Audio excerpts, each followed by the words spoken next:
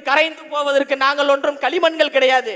அந்த காற்றாற்று வெள்ளத்தின் திசை வழி போக்கே மாற்றக்கூடிய கரும் பாறைகள் என்பதை நினைவில் வைத்துவாங்க.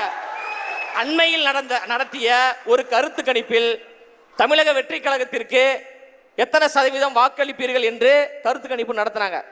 அதுல 63% ஆண்கள் தமிழக வெற்றி கழகத்துக்கு நாங்கள் ஓட்டு போடுவோம்னு சொல்லியிருக்காங்க. 76% பெண்கள் தமிழக வெற்றி கழகத்துக்கு ஓட்டு போடுறோம்னு சொல்லியிருக்காங்க. இது அதிகாரப்பூர்வமான தகவல். எல்லாரும் தயாராயிட்டாங்க மாற்றத்தை உருவாக்க வேண்டும் என்று. தாய்மார்களுடைய அன்பை பெற்ற ஒரு தலைவராக தலைவர் தளபதி அவர்கள் இருக்கிறார். தாய்மார்களுடைய அன்பை யாரெல்லாம் பெறுகிறார்களோ அவர்கள் எல்லாம் தமிழ்நாட்டின் முதலமைச்சராக வந்திருக்கிறாங்க. ஐயா எம்ஜிஆர் அவர்கள் தாய்மார்களுடைய ஆதரவை பெற்றார், தமிழ்நாட்டின் முதலமைச்சர் ஆனார். அம்மையார் ஜெயலலிதா அவர்கள் தாய்மார்களுடைய அன்பை பெற்றார்கள், முதலமைச்சர் ஆனார்கள். தாய்மார்களுடைய அன்பை தலைவர் தளபதி அவர்கள் பெற்றிருக்கிறார். 2026 அவர் தமிழ்நாட்டின் முதலமைச்சராக வரப்போகிறார். சரி.